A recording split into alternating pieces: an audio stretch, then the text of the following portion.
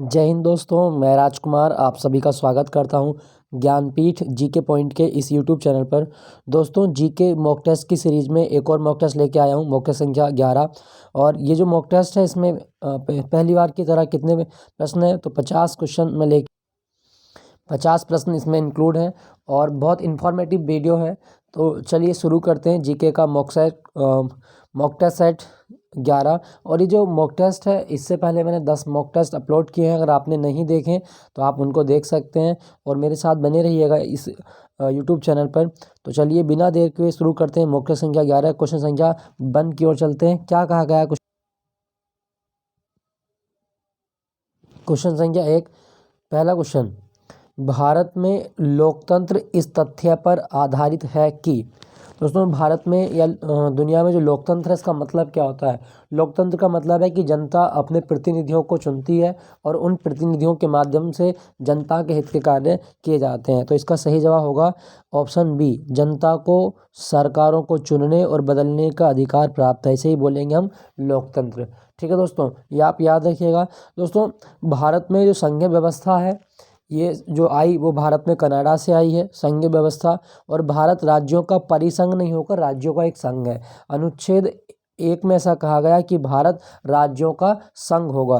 दोस्तों, वर्तमान में भारत में कितने राज्य हैं? तो वर्तमान में भारत में 28 राज्य हैं और 8 केंद्र शासित प्रदेश हैं। ये आप याद रखिएगा, 28 राज्य और 8 केंद्र शासित प्रदेश। तो क्वेश्चन संख्या 1 का सही जवाब होगा ऑप्शन बी, जनता को सरकार चुनने और बदलने का अधिकार प्राप्त है। लोकतंत्र का मतलब यही होता है कि लोग अपने प्रतिनिधियों का चुनाव करते हो। क्वेश्चन संख्या 2, भारत में संसदीय सरकार की निम्नलिखित विशेषताएं हैं। तो संसदीय प्रणाली में क्या क्या विशेषताएं होती हैं वो देखते हैं। मंत्रिपरिषद सामूहिक रूप से उच्च सदन के प्रति उत्तरदायी होती है। दोस्तों, ये गलत है। मंत्रिपरिषद लोकसभा के प्रति उत्तरदायी होती है और हमारे संविधान का 75(3) जो है अनुच्छेद, इसमें कहा गया है कि मंत्रिपरिषद लोकसभा के प्रति सामूहिक रूप से उत्तरदायी होगी। तो इसका जो पहला कथन है वो तो हो जाएगा आपका गलत, क्योंकि उच्च सदन दिया गया और लोकसभा हमारा निम्न सदन होता है। बगैर सांसद बने कोई व्यक्ति केवल 6 माह तक मंत्री रह सकता है। तो बगैर सांसद बने कोई व्यक्ति केवल 6 माह तक मंत्री पद पर रह सकता है। तो ये कथन कैसा है आपका? ये कथन बिल्कुल सही है। अगर कोई व्यक्ति जो संसद का सदस्य नहीं है और वो मंत्री रहता है तो 6 माह के भीतर उसको सदस्यता लेनी जरूरी होगी। तो पहला गलत, दूसरा सही। मंत्री अपना पद संभालने के लिए लोकसभा के अध्यक्ष के समक्ष शपथ लेता है। दोस्तों, मंत्री जो शपथ लेगा, जैसे लोकसभा के सदस्यों को शपथ जो दिलाता है प्रोटेम स्पीकर दिलाता है राष्ट्रपति के बिहाफ पर, तो मंत्री अपना पद संभालने के लिए या तो प्रधानमंत्री किसके समक्ष, राष्ट्रपति या प्रोटेम स्पीकर के समक्ष शपथ लेता है। ये गलत हो जाएगा आपका।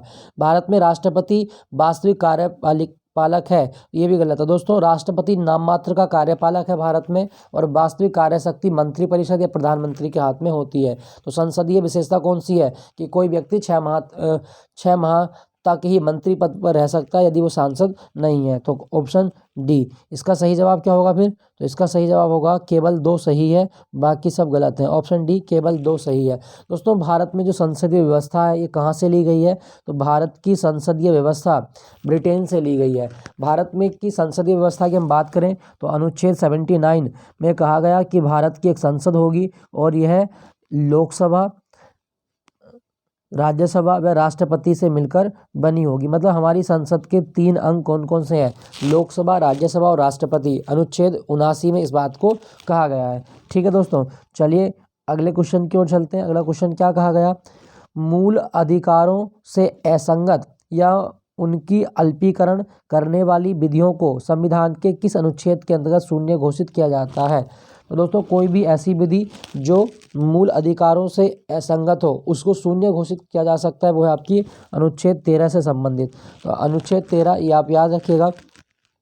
दोस्तों, एक चीज़ मैं आपको और बता दूं, जो मूल अधिकार हैं ये संविधान के भाग 3 में लिखे गए हैं। भाग 3 अनुच्छेद 12 से 35 तक मूल अधिकारों का उल्लेख मिलता है। और वर्तमान में भारत में कितने मूल अधिकार हैं? तो वर्तमान में भारत में 6 मूल अधिकार हैं, लेकिन जब भारत का संविधान लागू हुआ तो 7 मूल अधिकार थे। फिर क्या हुआ कि 44वें संविधान संशोधन के द्वारा संपत्ति का जो अधिकार था मोरारजी देसाई की सरकार ने वो मूल अधिकारों की श्रेणी से हटा दिया और वर्तमान में संपत्ति का अधिकार अनुच्छेद 301 के तहत एक कानूनी अधिकार बना दिया गया है। तो मूल अधिकार ये आप याद रखिएगा, अनुच्छेद 13 में किसी भी विधि को शून्य घोषित करने का प्रावधान किया गया है। अनुच्छेद 19 इसमें 6 प्रकार की स्वतंत्रताओं की बात की जाती है। अनुच्छेद 21 right to life, right to privacy और राइट टू जीवन का अधिकार और निजता का अधिकार अनुच्छेद 21 में लिखा गया है। अनुच्छेद 37 में कहा गया कि डीपीएसपी किसी न्यायालय में परिवर्तनीय नहीं होंगे। तो इसका सही जवाब होगा ऑप्शन ए 13, इसका सही जवाब है। अगले क्वेश्चन की ओर चलते हैं। भारत के संविधान में अंतर्राष्ट्रीय शांति और सुरक्षा की अभिवृद्धि निम्नलिखित में से कहाँ पर इसका उल्लेख मिलता है? दोस्तों, अंतर्राष्ट्रीय शांति की हम बात करें तो अनुच्छेद 51 में इसका उल्लेख मिलता है और अनुच्छेद 51 जो है वो डीपीएसपी के अंतर्गत आता है। तो सही जवाब होगा इसका ऑप्शन चौथे का ऑप्शन सी। संविधान के राज्य नीति के निर्देश सिद्धांत में अंतर्राष्ट्रीय शांति की बात की जाती है। इसका आर्टिकल जरूर याद रखिएगा, ये बहुत आता है एग्जाम में। तो वो है आपका अनुच्छेद 51। अनुच्छेद 51 ये अंतर्राष्ट्रीय शांति की बात करता है। दोस्तों, हम बात करें डीपीएसपी की तो संविधान का भाग 4 डीपीएसपी से संबंधित है और भाग 4 में अनुच्छेद 36 से 51 तक राज्य नीति के निर्देश सिद्धांतों का वर्णन किया गया है। दोस्तों, भारत में जो डीपीएसपी लिए गए वो कौन से देश से लिए गए हैं? तो वो आयरलैंड से इनका प्रावधान लिया गया है। आयरलैंड से इनका प्रावधान है और डीपीएसपी न्याय संगत नहीं होते। डीपीएसपी न्याय संगत नहीं होते, अर्थात इनके खिलाफ आप सुप्रीम कोर्ट या हाई कोर्ट में नहीं जा सकते। डीपीएसपी का उद्देश्य है कि कल्याणकारी राज्य की अवधारणा, कल्याणकारी राज्य का विकास करना या उसकी स्थापना करना, वेलफेयर ऑफ द स्टेट, ये डीपीएसपी का प्रावधान है। दोस्तों, किसने डीपीएसपी को संविधान की आत्मा कहा है? ये कमेंट में आप बताइएगा, डीपीएसपी को संविधान की आत्मा किसने कहा? ठीक है दोस्तों, चलिए अगले क्वेश्चन की ओर चलते हैं। क्वेश्चन संख्या 5, प्रथम पृथ्वी सम्मेलन कहाँ पर आयोजित किया गया? दोस्तों, सबसे पहला पृथ्वी सम्मेलन वर्ष 1992 में आयोजित किया गया और ये रियो शहर में हुआ था, ब्राज़ील में। तो सही जवाब होगा इसका option B, Rio de Janeiro में सबसे पहला पृथ्वी सम्मेलन आयोजित किया गया था। ये आप याद रखिएगा। ठीक है दोस्तों, और ये ब्राज़ील का शहर है। 1992 में पहली बार हुआ था।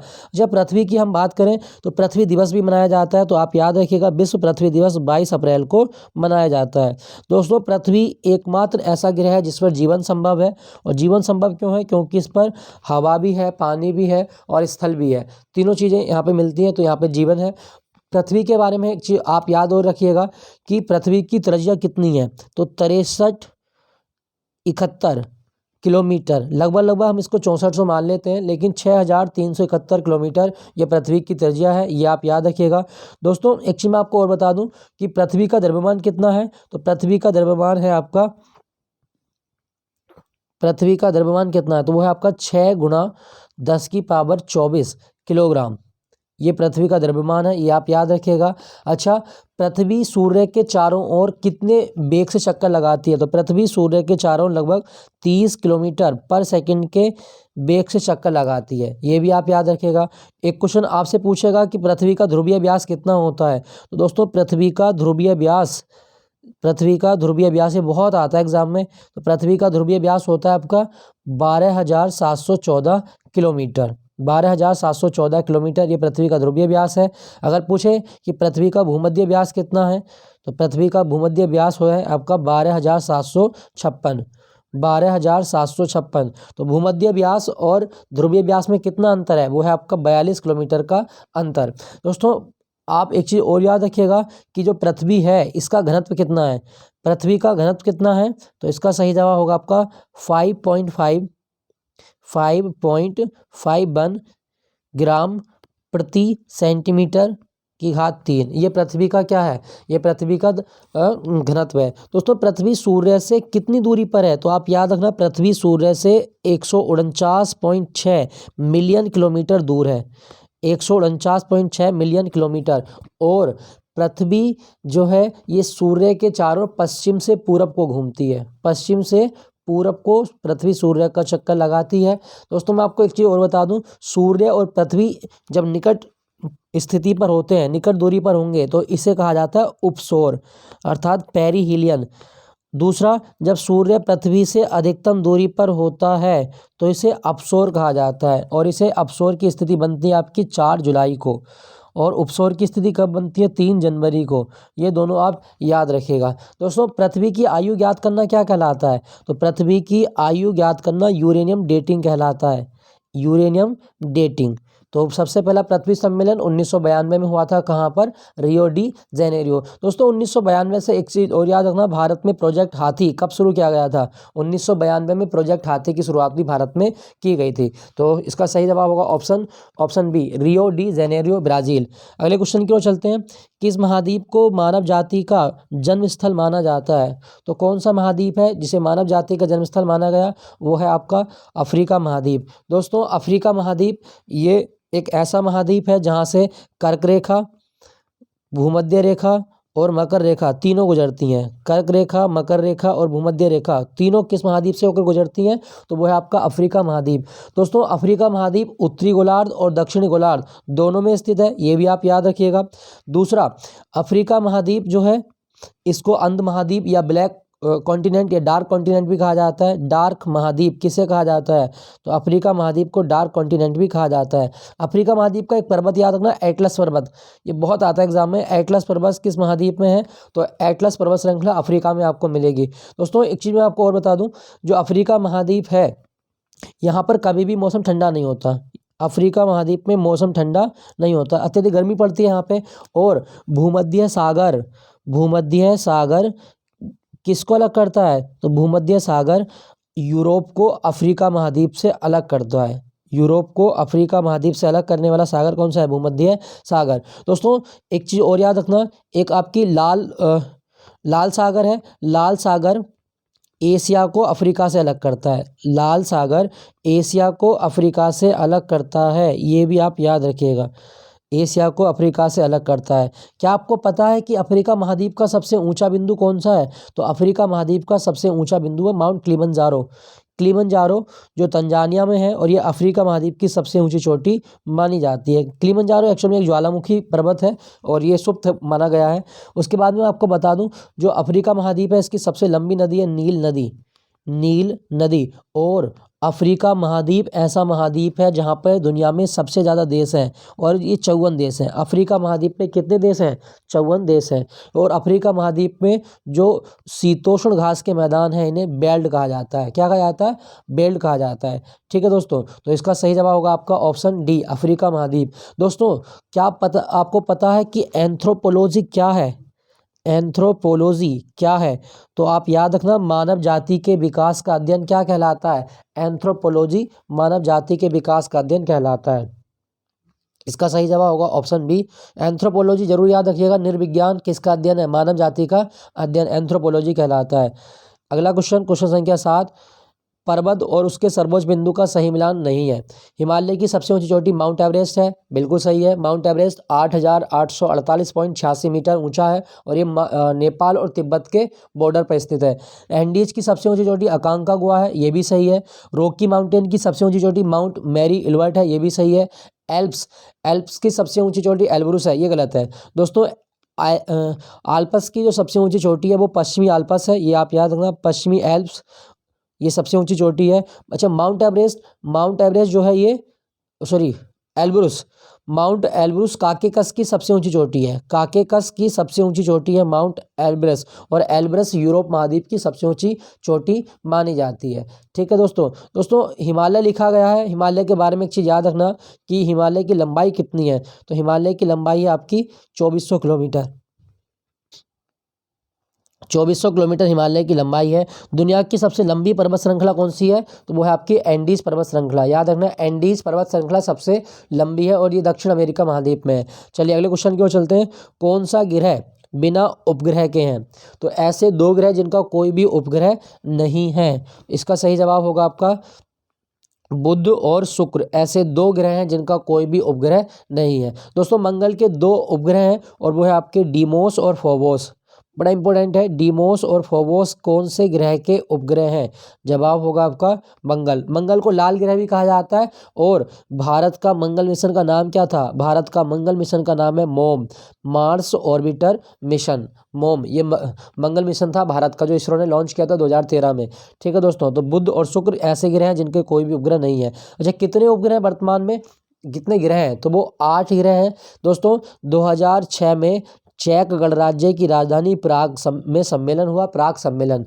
और प्राग सम्मेलन में जो प्लूटो या यम था, इसे ग्रहों की श्रेणी से बाहर कर दिया गया। ये भी आप याद रखिएगा। सभी ग्रह सूर्य के चारों दीर्घ वृत्ताकार कक्षाओं में चक्कर लगाते हैं, ये बिंदु भी आप याद रखें। चलिए क्वेश्चन संख्या 9 की ओर चलते हैं। इसमें कहा गया कि ग्लोब पर किस व्रत को व्रत व्रत कहा जाता है? ग्लोब पर ग्रेट सर्किल किसे कहा गया है? तो दोस्तों विषुवत रेखा को क्या कहा जाता है? विषुवत रेखा को ही ग्रेट सर्किल कहा जाता है। दोस्तों हम विषुवत रेखा की बात करें तो 0 डिग्री अक्षांश जो होता है वो विषुवत रेखा होती है। और विषुवत रेखा पृथ्वी को 2 भागों में बांटती है। ये पृथ्वी है और इसको 2 भागों में बांटने वाली जो रेखा है वो है आपकी विषुवत रेखा। दोस्तों विषुवत रेखा को कौन सी नदी 2 बार काटती है? तो विषुवत रेखा को कांगो, या जिसको जायरे भी बोलते हैं, कांगो नदी 2 बार काटती है। विषुवत रेखा कितने देशों से होकर गुजरती है? तो दुनिया के 13 देश हैं जहां से विषुवत रेखा गुजरती है।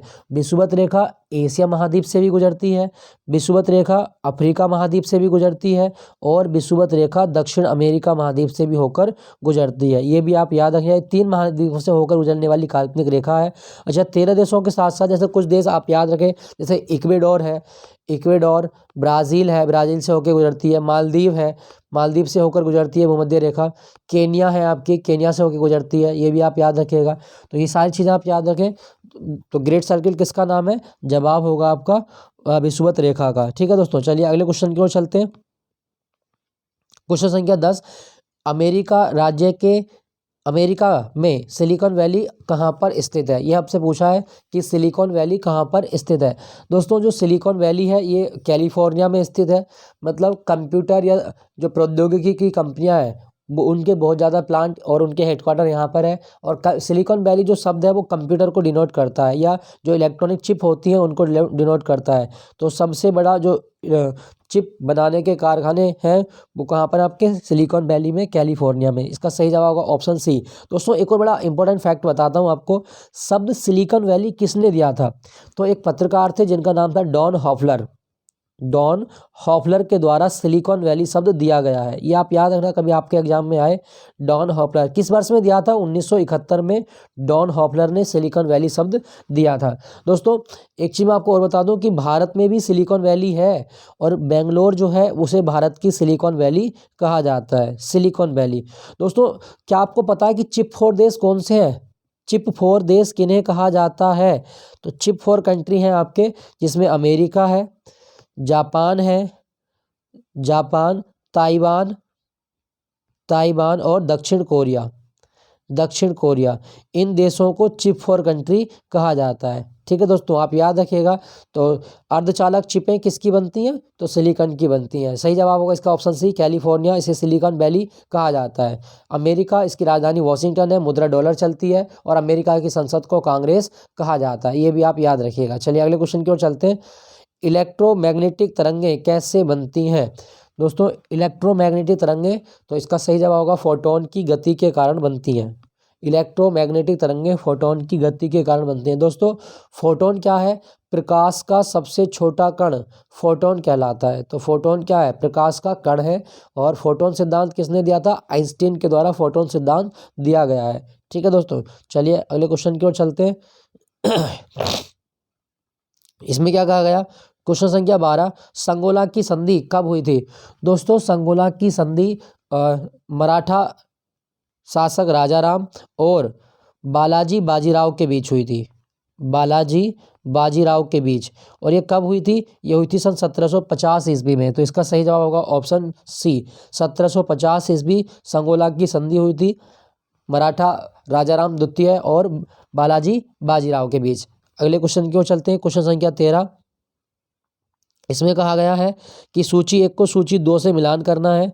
रक्त प्लाज्मा, एल्ब्यूमिन, ग्लोब्यूमिन और फाइब्रिनोजन। देखो फाइब्रिनोजन का काम क्या होता है? ये रक्त का स्कंदन करता है, मतलब रक्त का थक्का जमाने का काम है फाइब्रिनोजन का। रक्त प्लाज्मा की बात करें तो प्लाज्मा हमारे रक्त में पीले रंग का पदार्थ होता है। ठीक है दोस्तों।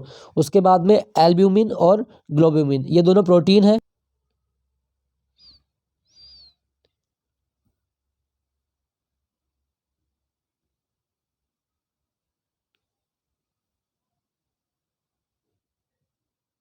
भारत में हीरे धारण करने वाला रॉक सिस्टम कौन सा है? वो है आपका विंध्य है।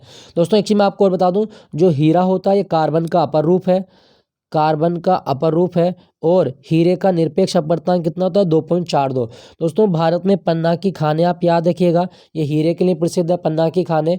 और हीरा जो है ये चतुष्फलक की संरचना होती है इसकी। और भारत में जो सूरत शहर है इसे डायमंड सिटी ऑफ इंडिया भी कहा जाता है। क्या कहा जाता है? सूरत को डायमंड सिटी ऑफ इंडिया भी कहा जाता है। चलिए अगले क्वेश्चन की ओर चलते हैं। प्रथम जैन महासभा का आयोजन कहाँ पर किया गया? दोस्तों प्रथम जैन महासभा का आयोजन हुआ था पाटलिपुत्र में।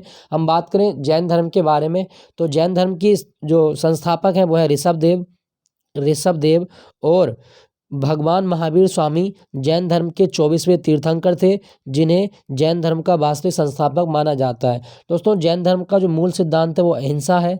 जैन धर्म अहिंसा में विश्वास करता है। जैन धर्म का साहित्य क्या है? जैन धर्म के साहित्य को आगम कहा जाता है। क्या कहा जाता है? आगम। ये भी आप याद रखिएगा। दोस्तों जैन धर्म की दो शाखाएं हैं, एक है आपकी श्वेतांबर और एक है आपकी दिगंबर, दोनों आप याद रखिएगा। चलिए अगले क्वेश्चन की ओर चलते हैं। किस वंश के शासकों ने ब्राह्मणों एवं बौद्ध भिक्षुओं को भूमि अनुदान देने की प्रथा प्रारंभ की थी? तो ब्राह्मणों को या बौद्ध भिक्षुओं को जो भूमि मिलती थी वो मिलती थी सातवाहन वंश के शासनकाल से स्टार्ट हुई थी। दोस्तों सातवाहन वंश की बात करें तो सिमुक के द्वारा सातवाहन वंश की स्थापना की गई। और सातवाहन वंश की राजभाषा क्या थी? प्राकृत थी।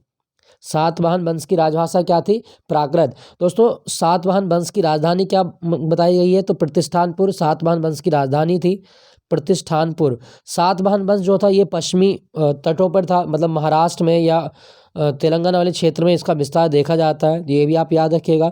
सातवाहन वंश जो है ये ब्राह्मण थे, इसके जो शासक थे वो ब्राह्मण थे, ये भी आप याद रखिएगा। और सातवाहन वंश भारत में ऐसा पहला वंश था जिसने सबसे पहले देसी सिक्के शुरू किए थे। देसी कॉइन शुरू करने का श्रेय किसे दिया जाता है? सातवाहन, मतलब इनके सिक्कों पर इनकी खुद की फोटो होती थी। क्वेश्चन संख्या 21 की ओर चलते हैं। एल्काइन का सूत्र क्या होता है? तो एल्काइन का सूत्र होता है CnH2n-K2। CnH2n-K2 एल्काइन का फॉर्मूला होता है। चलिए अगले क्वेश्चन की ओर। कोशिका विभाजन के किस अवस्था में क्रोमोसोम स्पष्ट दिखाई देता है?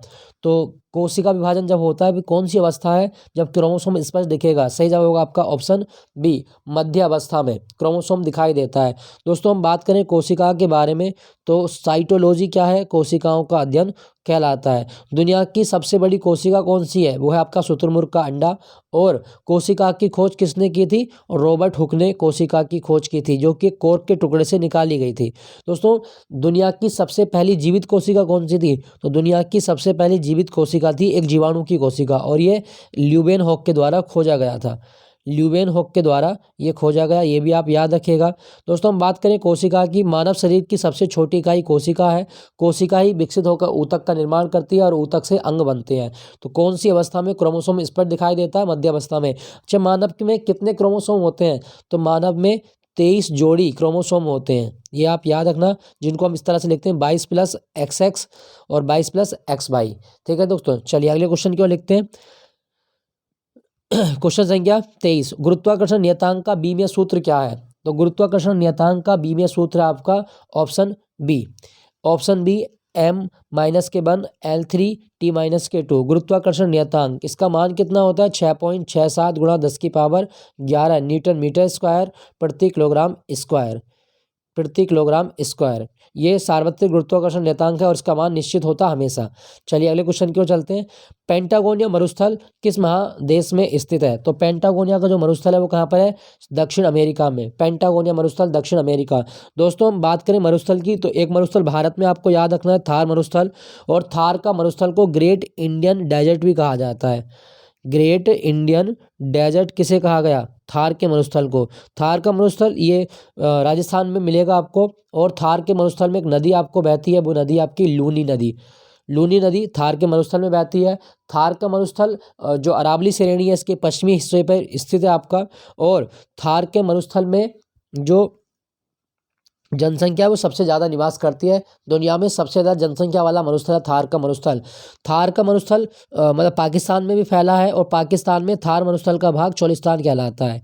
क्या कहलाता है? चोलिस्तान कहलाता है। ठीक है दोस्तों, चलिए अगले क्वेश्चन की ओर चलते हैं। अच्छा, 2-3 मरुस्थल और बता देता हूँ। जैसे तकला मकान आपके एग्जाम में आता है, तो तकला मकान मरुस्थल चीन में है। गोबी मरुस्थल ये मंगोलिया में है, गोबी मरुस्थल मंगोलिया। दूसरा सहारा मरुस्थल अफ्रीका महाद्वीप में है, और ये 11 देशों में फैला है सहारा मरुस्थल। और एक और आप याद रखिएगा, आटाकामा मरुस्थल ये चिली में है। आटाकामा मरुस्थल चिली। नगेब मरुस्थल आप याद रखिएगा, इजराइल का नगेब मरुस्थल, ये भी बहुत आता है एग्जाम में, नगेब मरुस्थल इजराइल का। और गिब्सन मरुस्थल, गिब्सन मरुस्थल, सिम्पसन मरुस्थल, सिम्पसन, तनामी, तनामी मरुस्थल। ये जो मरुस्थल है गिब्सन, सिम्पसन और तनामी, ये ऑस्ट्रेलिया में स्थित है। ये भी आप याद रखिएगा दोस्तों। मरुस्थल में उगने वाले पौधे क्या कहलाते हैं? तो मरुस्थल में उगने वाले पौधे जीरोफाइट कहलाते हैं। जीरोफाइट मरुस्थल में उगने वाले पौधे होते हैं। ठीक है दोस्तों, चलिए अगले क्वेश्चन की ओर चलते हैं। फोकलैंड की धारा किस प्रकार की धारा है? दोस्तों फोकलैंड की जो धारा है ये अंध महासागर की धारा है। और ये किस प्रकार की धारा है? तो इसका सही जवाब होगा ऑप्शन बी, ठंडी जलधारा है। फोकलैंड की धारा ठंडी धारा है, और ये अंध महासागर की धारा है। ठीक है दोस्तों, आप याद रखिएगा। चलिए अगले क्वेश्चन की ओर चलते हैं। क्वेश्चन संख्या 26, डीएनए की श्रृंखलाएं बंधी होती हैं। तो डीएनए की श्रृंखलाएं किससे बंधी होती हैं? इसका सही जवाब होगा आपका ऑप्शन डी, हाइड्रोजन बंध से बंधी होती हैं डीएनए की श्रृंखलाएं। दोस्तों डीएनए का जो द्विसंरचना का मॉडल था ये किसने दिया था? इस तरह की संरचना बताई तो ये वॉटसन और क्रिक ने बताई थी, वॉटसन और क्रिक। जो डीएनए की फुल फॉर्म क्या होती है? डीऑक्सी राइबो न्यूक्लिक अम्ल, डीऑक्सी राइबो न्यूक्लिक अम्ल, ये आप याद रखना, डीऑक्सी राइबो न्यूक्लिक अम्ल, ये डीएनए की फुल फॉर्म होती है, न्यूक्लिक अम्ल। अच्छा, डीएनए क्या है? डीएनए जो है ये आनुवांशिकता को नियंत्रित करता है। ठीक है दोस्तों, और डीएनए में जीन पाए जाते हैं, ये भी आप याद रखिएगा। डीएनए में कुछ नाइट्रोजन बेस होते हैं, जैसे ग्वानीन पाया जाता है आपका, ग्वानीन, साइटोसिन पाया जाता है आपका, एडिनिन पाया जाता है आपका, और थाइमिन पाया जाता है। ये सब आप याद रखिएगा। ठीक है दोस्तों, तो डीएनए आनुवांशिकता का नियंत्रण करता है, और इसमें कौन से बंध होते हैं? हाइड्रोजन बंध होते हैं। सही जवाब होगा ऑप्शन डी, हाइड्रोजन बंध। नेक्स्ट आपका, कौन सा पदार्थ पौधों के लिए एक सूक्ष्म पोषक तत्व है? 27 का सही जवाब क्या होगा? तो कार्बन, नाइट्रोजन और ऑक्सीजन ये सूक्ष्म नहीं होते, ये बहुल पोषक तत्व होते हैं। जबकि बोरोन, बोरोन जो है ये पौधों के लिए एक सूक्ष्म पोषक तत्व है। सही जवाब होगा ऑप्शन डी। दोस्तों पौधे जो है ये अपना खाना बनाते हैं कौन सी विधि के द्वारा? प्रकाश संश्लेषण के द्वारा। चलिए अगले क्वेश्चन की ओर चलते हैं। थ्रोम्बिन का क्या काम है? थ्रोम्बिन, तो थ्रोम्बिन का काम है ऑप्शन बी, रक्त के जमने में सहायता करना। दोस्तों थ्रोम्बिन प्रोटीन रक्त को जमाने में सहायता करता है। और कौन सा विटामिन रक्त के थक्का बनाने में सहायता करता है? विटामिन के, चोट लगने पर रक्त का थक्का बनाता है। कौन से जो धातु के आयन है? तो वो कैल्शियम आयन होते हैं जो रक्त का थक्का बनाने का काम भी करते हैं। ठीक है दोस्तों, सही जवाब होगा ऑप्शन बी, रक्त का थक्का बनाना। दोस्तों बात करें रक्त के बारे में तो एक चीज़ याद रखना कि हमारे शरीर में कुल वजन का कितना प्रतिशत रक्त होता है? 7% वजन का जो भाग है वो रक्त का होता है। और रक्त का जो पीएच मान है वो क्षारीय होता है, जो 7.4 इसका पीएच मान है। रक्त जो है एक तरल संयोजी ऊतक है। कैसा है? तरल है और संयोजी ऊतक माना जाता है। ठीक है दोस्तों, और मैं आपको एक चीज़ बता दूं, जो मानव का रक्त है इसमें कौन सी धातु होती है? इसमें आयरन धातु होती है। मानव के रक्त में कौन सी धातु? आयरन। हीमोग्लोबिन में होती है एक्चुअल में ये। क्वेश्चन संख्या 29, प्रित्जकर पुरस्कार किस क्षेत्र में दिया जाता है? तो दोस्तों प्रित्जकर पुरस्कार ये वास्तुकला का नोबेल कहलाता है, ये आप याद रखिएगा। दोस्तों पत्रकारिता के उसमें तो पुलित्जर अवार्ड पत्रकारिता का नोबेल कहलाता है, पुलित्जर, ये आप याद रखिएगा। जोसेफ पुलित्जर के नाम पर स्टार्ट हुआ। उसके बाद में यहाँ पे लिखा गया साहित्य है, तो साहित्य का तो नोबेल होता ही है यहाँ पे। उसके बाद में आपका गायन, ग्रैमी अवार्ड गायन के लिए दिया जाता है, मतलब संगीत के लिए दिया जाता है ग्रैमी अवार्ड, तो आप इसको याद रखिएगा। तो प्रित्जकर अवार्ड वास्तुकला के क्षेत्र में। अच्छा, जैसे आपसे पूछे कभी कि गेटवे ऑफ इंडिया का वास्तुकार कौन था, ये आपके लिए क्वेश्चन है। गेटवे ऑफ इंडिया का वास्तुकार कौन था? गेटवे ऑफ इंडिया का वास्तुकार कौन था, ये आपको बताना है। चलिए अगले क्वेश्चन की ओर चलते हैं। भारत की सुदूर भारत की सुदूर दक्षिणी पहाड़ी कौन सी है? तो इसका सही जवाब क्या होगा? भारत की सुदूर दक्षिणी पहाड़ी कौन सी है? 30 का सही जवाब बताना है आपको। इसका सही जवाब होगा कार्डेमम की पहाड़ी, इलायची की पहाड़ी जिसको बोलते हैं दोस्तों, ये दक्षिण भारत है। तो CAP आपको शब्द बताया था, CAP, कार्डेमम, अन्नामलाई और पलानी की पहाड़ी। तो सबसे सुदूर कौन सी होगी आपकी? तो वो है आपकी कार्डेमम की पहाड़ी, मतलब इलायची की पहाड़ी। और ये केरल में आती है, आपको ये आप याद रखिएगा।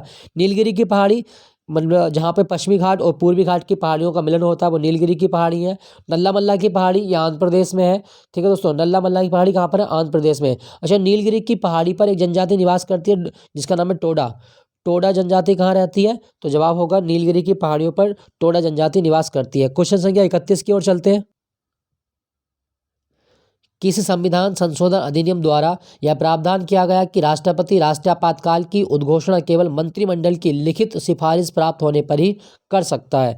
तो मंत्रिपरिषद की लिखित मतलब सिफारिश हो और तभी राष्ट्रीय आपातकाल की घोषणा की जाएगी। तो ये 44वें संविधान संशोधन अधिनियम 1978 के द्वारा किया गया था। दोस्तों, भारत में जो संविधान है इसमें मंत्रिमंडल शब्द का मूलतः उल्लेख नहीं था। 44वें संविधान संशोधन के द्वारा अनुच्छेद 352 में मंत्रिमंडल शब्द का उल्लेख किया गया है। तो कभी क्वेश्चन आए कि मंत्रिमंडल शब्द का उल्लेख कौन से अनुच्छेद में है? अनुच्छेद 352 में किया गया है। राष्ट्रीय आपातकाल कौन से अनुच्छेद के तहत लगता है? तो वो है आपका अनुच्छेद 352 के तहत राष्ट्रीय आपातकाल लगाया जाता है। ठीक है दोस्तों, चलिए अगले क्वेश्चन की ओर। क्वेश्चन संख्या 32, इसमें कहा गया नाबार्ड की स्थापना किस समिति की सिफारिश पर की गई? तो दोस्तों, नाबार्ड 12 जुलाई 1982 को बना था, 12 जुलाई 1982। और इसके लिए जो समिति बनी वो थी आपकी शिवरमन समिति। नाबार्ड भारत में कृषि और ग्रामीण क्षेत्र के लिए ऋण देने वाला एक बैंक है। कृषि और ग्रामीण क्षेत्र के लिए ऋण देता है, ये भी आप याद रखिएगा। नाबार्ड का मुख्यालय कहाँ पर है? तो मुंबई में है, ये आप याद रखें। नाबार्ड की स्थापना शिवरमन समिति की सिफारिश पर की गई थी। सूची 1 को सूची 2 से मिलान करना है। बालू मक्खी, घरेलू मक्खी। तो पहले देखें, मादा एनाफीज मच्छर। मादा एनाफीज मच्छर क्या फैलाता है? तो मादा एनाफीज मच्छर का काम है आपका मलेरिया फैलाना। उसके बाद में है आपका बालू मक्खी। तो बालू मक्खी में हम देखें, बालू मक्खी ये काला अजार फैलाती है, सिकता मक्खी इसको बोलते हैं हम। उसके बाद में आपका क्यूलेक्स मच्छर या क्यूलेक्स, मादा क्यूलेक्स मच्छर क्या काम करती है? तो मादा क्यूलेक्स का काम क्या है? ये फाइलेरिया फैलाती है। और घरेलू मक्खी हैजा फैलाती है। तो मादा एनाफीज मलेरिया करती है, बालू मक्खी कालाजार, मादा क्यूलेक्स फाइलेरिया और घरेलू मक्खी हैजा फैलाती है। दोस्तों, डेंगू फैलाने वाले मच्छर का नाम क्या है? तो डेंगू एडीज इजिप्टी मच्छर फैलाती है। एडीज इजिप्टी मच्छर ये डेंगू फैलाती है, ये आप याद रखिएगा। ठीक है दोस्तों, चलिए अगले क्वेश्चन की ओर चलते हैं। क्वेश्चन संख्या 34, किस वायसराय के शासनकाल के दौरान श्वेत विद्रोह हुआ था? दोस्तों, श्वेत विद्रोह इसे इल्बर्ट बिल को लेकर हुआ था। इल्बर्ट बिल, इल्बर्ट बिल कब आया था? दोस्तों, भारत में लॉर्ड रिपन के द्वारा 1883 में इल्बर्ट बिल लाया गया। इसमें क्या था, यदि कोई अंग्रेज अपराधी है तो उसके मुकदमे की सुनवाई भी भारतीय जज कर सकते हैं। लेकिन अंग्रेज नहीं चाहते थे कि हमारे मुकदमे की सुनवाई एक भारतीय करे, क्योंकि भारत के लोग हमारे गुलाम हैं, इसलिए। तो इस बिल का विवाद जो आया वो लॉर्ड रिपन के टाइम में आया था 1883 में। दोस्तों, रिपन जो है ये भारत में स्थानीय स्वशासन का जनक माना जाता है, याद रखना। स्थानीय स्वशासन का जनक कौन है भारत में? लॉर्ड रिपन को माना जाता है। ठीक है दोस्तों, चलिए अगले क्वेश्चन की ओर चलते हैं। कांग्रेस नेताओं द्वारा मॉन्टेग्यू चैम्सफोर्ड रिपोर्ट की निंदा करने पर कई नरमपंथियों ने पार्टी छोड़कर निम्नलिखित कौन सी पार्टी का गठन किया था? तो कौन सी पार्टी बनी? इसका सही जवाब होगा आपका ऑप्शन सी,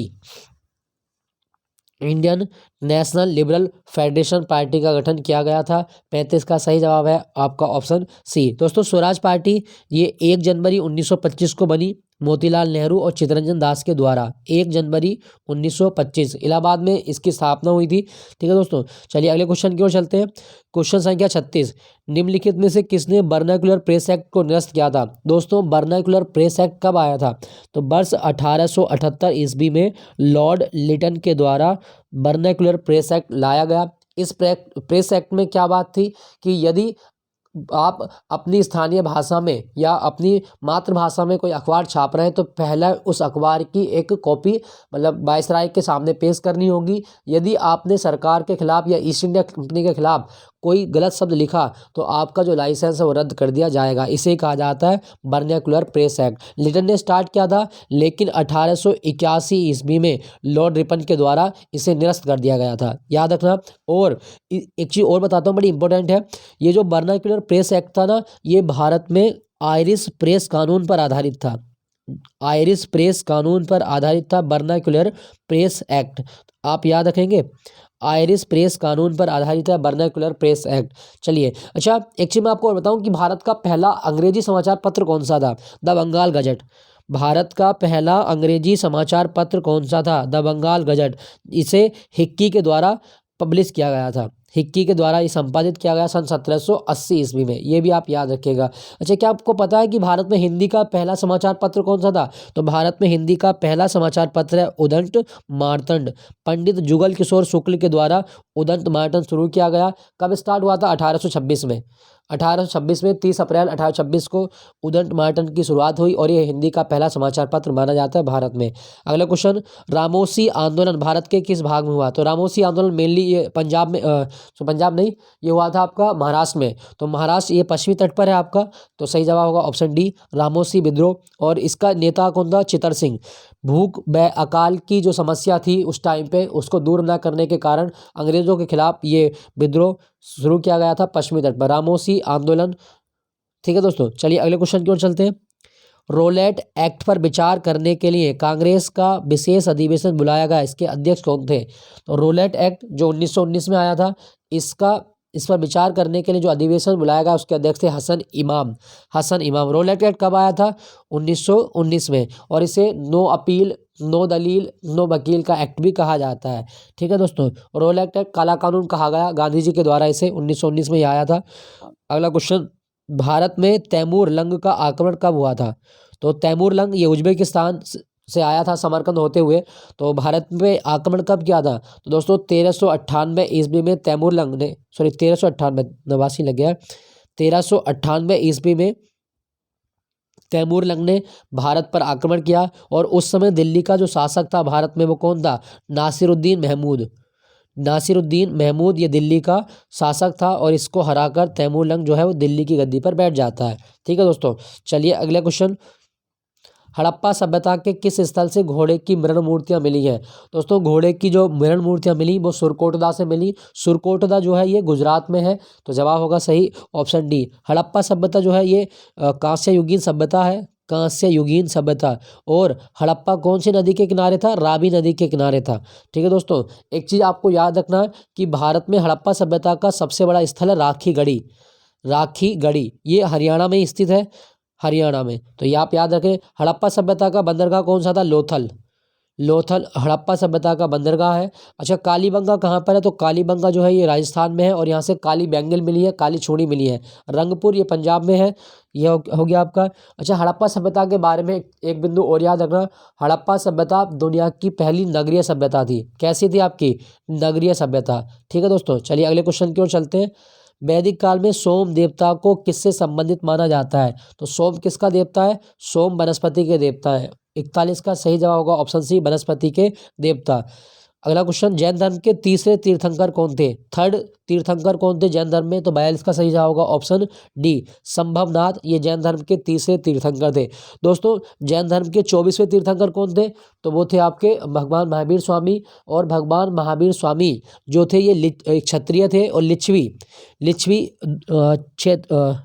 लिच्छवी क्षेत्र से संबंधित थे। लिच्छवी क्षत्रिय थे भगवान महावीर स्वामी। और भगवान महावीर स्वामी का जो प्रतीक है वो शेर माना जाता है, शेर। ठीक है दोस्तों, जैन धर्म। अच्छा, जैन धर्म के जो जैन शब्द है, जैन शब्द की उत्पत्ति जिन शब्द से हुई है, जिन। और इसका मतलब क्या होता है? विजेता, अर्थात जिसने अपनी इंद्रियों पर विजय प्राप्त कर ली है वो विजेता है। ठीक है दोस्तों, चलिए अगले क्वेश्चन की ओर। किस सुल्तान के काल में खालसा भूमि अधिक पैमाने विकसित हुए? तो कौन सा ऐसा सुल्तान था? वो था आपका अलाउद्दीन खिलजी। 43 का सही होगा ऑप्शन बी, खालसा भूमि पैमाने, ये अलाउद्दीन खिलजी। अलाउद्दीन खिलजी ये भारत में मार्केट रिफॉर्म के लिए जाना जाता है। बाजार विनियमन प्रणाली इसने स्टार्ट की थी। अलाउद्दीन खिलजी जो है, इसका बचपन का नाम था अली गुरसब, और ये अपने आप को दूसरा सिकंदर अर्थात सिकंदर ए सानी भी कहता है। सिकंदर ए सानी किसे कहा गया है? अलाउद्दीन खिलजी को। दोस्तों, अलाउद्दीन खिलजी राणा रतन सिंह और रानी पद्मावती के ऊपर मलिक मोहम्मद जायसी ने एक ग्रंथ लिखा है, और वो है आपका पद्मावत। ये भी आप याद रखिएगा। यहाँ पे ऑप्शन में लिखा गया है मोहम्मद बिन तुगलक। मोहम्मद बिन तुगलक ये भारत में सबसे पहले सांकेतिक मुद्रा शुरू करने वाला राजा हुआ। सांकेतिक मुद्रा, और इसी के टाइम में इब्न बतूता भारत में आया था। 1333 ईस्वी में इब्न बतूता मोहम्मद बिन तुगलक के शासनकाल में भारत आया, और इसने इसे दिल्ली का काजी भी नियुक्त किया था। ठीक है दोस्तों, तो अलाउद्दीन खिलजी इसका सही जवाब है ऑप्शन बी। अगला क्वेश्चन, तबकात नासरी के लेखक कौन है? तबकात नासरी, दोस्तों मिन्हास उस सिराज ने तबकात नासरी लिखी है। सही जवाब होगा ऑप्शन सी। अच्छा, यहाँ पे लिखा गया है जियाउद्दीन बर्नी। जियाउद्दीन बर्नी जो था ये कहाँ से आया था? तो जियाउद्दीन बर्नी जो है ये इतिहासकार है, और इसने एक ग्रंथ लिखा तारीख फ़िरोज़ शाही किसके द्वारा लिखा गया? तो जियाउद्दीन बर्नी के द्वारा तारीख फ़िरोज़ शाही लिखा गया। ये भी आप याद रखिएगा। दोस्तों, यहाँ पे एक ऑप्शन में लिखा गया अलबरूनी।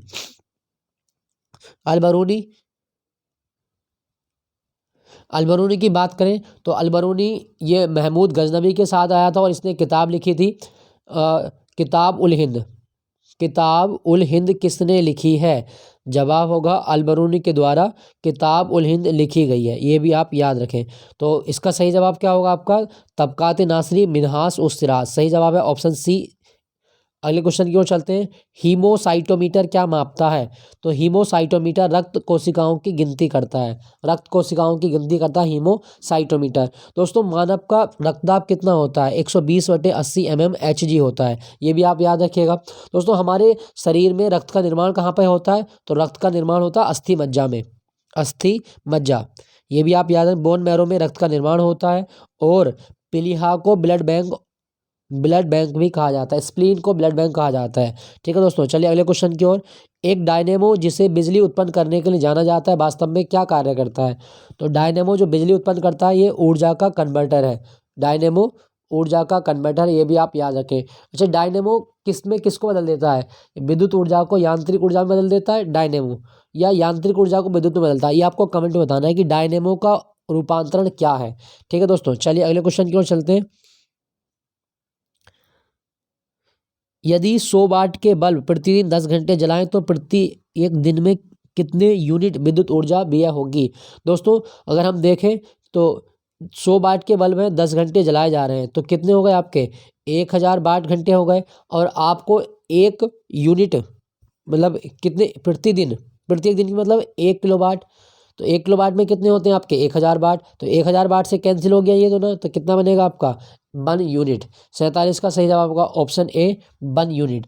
अगला क्वेश्चन संख्या 48। कार्बन डेटिंग का प्रयोग किसकी उम्र निर्धारण करने के लिए किया जाता है? दोस्तों, कार्बन डेटिंग जो होती है, ये जीवाश्मों की आयु मतलब फॉसिल्स की आयु ज्ञात करने के लिए होती है। और C14 जो कार्बन का समस्थानिक है, वो कार्बन डेटिंग में प्रयोग किया जाता है। ये आप याद रखिएगा। दोस्तों, पृथ्वी या चट्टानों की आयु ज्ञात करना क्या कहलाता है? तो पृथ्वी और चट्टानों की आयु ज्ञात करना यूरेनियम डेटिंग कहलाता है। Uranium dating. और यूरेनियम डेटिंग में जिस समस्थानिक का प्रयोग होता है वो है यूरेनियम 238। ये भी आप याद रखें। अच्छा, वृक्षों की आयु किस आधार पर ज्ञात होगी? वार्षिक वलय के आधार पर। क्यों? क्योंकि वृक्षों के तने में एक साल में एक रिंग बनती है, और इन रिंग को गिन लिया जाता है। जितनी रिंग होगी उतने आपको बता सकते हैं कि वृक्ष की आयु इतने साल हो चुकी है। चलिए अगले क्वेश्चन की और चलते हैं। क्वेश्चन संख्या 49। क्रय शक्ति क्षमता के आधार पर निम्नलिखित में से किस देश की अर्थव्यवस्था का विश्व में पहला स्थान है? तो पहले स्थान पर क्रय शक्ति की क्षमता के आधार पर पहला स्थान है चीन का। दोस्तों, चीन जो है इसकी राजधानी है बीजिंग, और बीजिंग को पीकिंग भी कहा जाता था, पीकिंग। ठीक है दोस्तों, चीन में 2 मुद्राएं चलती हैं, एक रैनमिनबी और दूसरी आपकी युआन। रैनमिनबी और युआन ये चीन की मुद्राओं के नाम है। दोस्तों, मैं आपको एक चीज़ और बता दूं, जो चीन है इसमें जो नई सरकार बनी है वो शी जिनपिंग की दोबारा बनी है, और शी जिनपिंग की पार्टी का नाम है कम्युनिस्ट पार्टी ऑफ चाइना। ये बहुत इंपॉर्टेंट रहेगा आपके लिए, कम्युनिस्ट पार्टी ऑफ चाइना। ठीक है दोस्तों। अच्छा, चीन में आप एक चीज़ और याद रखिएगा, तकला-मकान मरुस्थल स्थित है चीन में, ठीक है। जापान की बात करें, जापान की राजधानी है टोक्यो और इसकी मुद्रा है येन। टोक्यो जो है ये होन्शु द्वीप पर स्थित है, होन्शु द्वीप पर स्थित है आपका, होन्शु द्वीप पर स्थित है टोक्यो। एक चीज़ मैं आपको और बताऊं, जापान की जो संसद है इसे डायट कहा जाता है, जापान की जो खुफिया एजेंसी है इसे नाइचो कहा जाता है, जापान का जो नया साल है इसे सोगात्सु कहा जाता है, सोगात्सु। जापान का राष्ट्रीय खेल सूमो है और यहाँ पे जूडो या वुशु भी खेली जाती है। जापान का एक अन्य नाम है निप्पन, और निप्पन का अर्थ होता है उगते सूर्य की भूमि। ठीक है दोस्तों, ठीक है दोस्तों। जापान का जो स्टॉक एक्सचेंज है उसका इंडेक्स क्या कहलाता है, निक्की। जापान का जो स्टॉक एक्सचेंज है इसका इंडेक्स निक्की कहलाता है, ये भी आप याद रखिएगा। जापान में जो 4 बड़े द्वीप हैं उनके नाम क्या है, जापान का सबसे उत्तरी द्वीप है होकाइडो, होकाइडो, ये भी आप याद रखें, जापान का सबसे उत्तरी है। होकाइडो के नीचे होन्शु द्वीप स्थित है, होन्शु द्वीप, और होन्शु पर ही टोक्यो स्थित है। उसके बाद में आपका शिकोकू द्वीप, शिकोकू, और सबसे दक्षिण में मिलेगा क्यूशू। तो जापान का सबसे दक्षिणी द्वीप और सबसे छोटा द्वीप है क्यूशू, ये भी आप याद रखिएगा। ठीक है दोस्तों, चलिए अगले क्वेश्चन की ओर, क्वेश्चन संख्या 50 की ओर चलते हैं। अंतिम प्रश्न आज की क्लास का, किस पंचवर्षीय योजना में मानव संसाधन के विकास को सर्वोच्च प्राथमिकता दी गई है। दोस्तों, कौन सी पंचवर्षीय योजना थी जिसमें मानव विकास को सबसे ज़्यादा मतलब वरीयता दी गई, वो है आपकी 8वीं पंचवर्षीय योजना। ये 1992 से 1997 तक चली थी। ठीक है दोस्तों, एक चीज़ मैं आपको और बता दूं, भारत में पहली बार कौन सी पंचवर्षीय योजना में संकेतक योजना शुरू की गई थी। तो संकेतक योजना जो शुरू की गई ये 8वीं पंचवर्षीय योजना में ही शुरू की गई थी। बड़ा इंपॉर्टेंट है, संकेतक योजना की शुरुआत 8वीं पंचवर्षीय योजना, और 8वीं पंचवर्षीय योजना वह पंचवर्षीय योजना थी जिसमें कृषि योजना के लिए क्षेत्रीय दृष्टिकोण को ध्यान रखा गया था। कृषि योजना के लिए क्षेत्रीय दृष्टिकोण पर बल दिया गया। कौन सी पंचवर्षीय योजना में, 8वीं पंचवर्षीय योजना। दोस्तों, क्या बता सकते हैं दुनिया में सबसे पहले जो पंचवर्षीय योजना का विचार आया वो किसने दिया था। तो जोसेफ स्टालिन, सोवियत संघ का वह व्यक्ति है जिसने पंचवर्षीय योजना का विचार दिया था। मतलब दुनिया में पंचवर्षीय योजना का जनक कौन है, जोसेफ स्टालिन है। ठीक है दोस्तों। अच्छा, भारत में कितनी पंचवर्षीय योजनाएं संचालित हो चुकी हैं, 12 पंचवर्षीय योजनाएं संचालित हो चुकी हैं, ये भी आप याद रखिएगा। ठीक है दोस्तों, चलिए आपके लिए क्वेश्चन है, कौन सी पंचवर्षीय योजना महालनोबिस मॉडल पर आधारित थी।